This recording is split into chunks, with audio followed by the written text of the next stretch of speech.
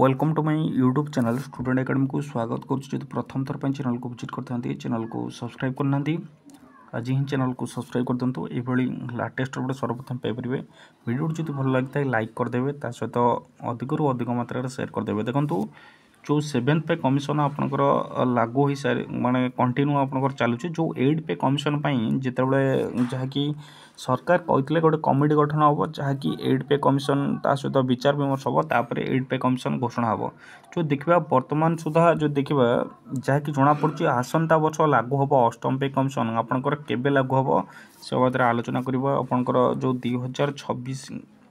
2026 January लागू हम बोली जहाँ कहला बर्तमान जो देखा बहुत विलम्ब अच्छी जहाँकि ये आपंकर केंद्र सरकार कर्मचारी आसूची आसंता वर्ष लागू हम आपंकर अष्टम वेतन कमिशन जो कि केंद्रीय कर्मचारी और पेंशनभोगी मनरे दीर्घदिन धरी गोटे प्रश्न घूरी बुलूची कि केबे लागू हम अष्टम वेतन कमिशन जोटा कि सूचना अनुसार मोदी सरकार चलित वर्ष जानुआरी 16 2025 अष्टम वेतन कमिशन गठन को अनुमोदन करते। आपड़ जानते जानुआरी 16 तारीख जो 2025 अष्टम वेतन कमिशन जो गठन बा जो कमिटी गठन को अनुमोदन करते प्रधानमंत्री नरेंद्र मोदी। केंद्र मंत्री जो अश्विनी वैष्णव यार घोषणा करी कर्मचारी मनरे गोटे आशार संचार करते। आप जानते जो अश्विनी वैष्णव अच्छा रेलवे मिनिस्टर अच्छा सी संपूर्ण रूपे से घोषणा करते किंतु अनुमोदन पर कमिटी गठन विलम्ब हो अनिश्चितता देखा जहाँकि सरकार तरफ अनुमोदन मिल सारी कि बर्तमान जो देखिए जो कमिटी गठन पर अनिश्चितता रही अष्टम वेतन कमिशन गठन एजाएं हो नथिबा हेतु यार कार्यकारी होबार विलम्ब हो बर्तमान भी सुधा आपण जो जानुआरी जो डिक्लेयर कले प्रधानमंत्री नरेंद्र मोदी बर्तमान भी सुधा कमिटी गठन होना जहाँकि फल यार विलम्ब देखा केंद्रीय कर्मचारी और पेंशनभोगी मध्य यही विलम्ब नहीं असंतोष देखा देछि। सूत्र अनुसार अष्टम वेतन कमिशन 2026 लागू होबार संभावना रही जहाँकि 2026 लागू होगा रही 2026 जो आशा करा कि 2026 फास्ट आड़ जो लागू हम निहती भाव 2026 डिले हम जहाँकि आपंकर 2026 मिडिल किंबा लास्ट आड़ को अष्टम पे कमिशन लागू हो पारे।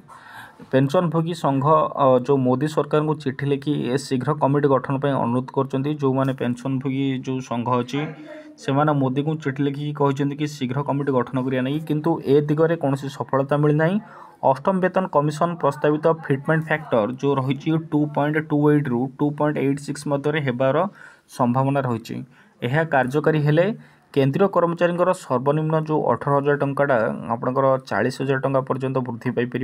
यह सहित डीए घर भड़ा और अन्यान्य भत्तार मध्य वृद्धि होबार आशा रही। साधारण ग्रेड पे थिबा कर्मचारी दरमार मासिक 8,000 रु 15,000 टंका पर्यंत वृद्धि हो पारे।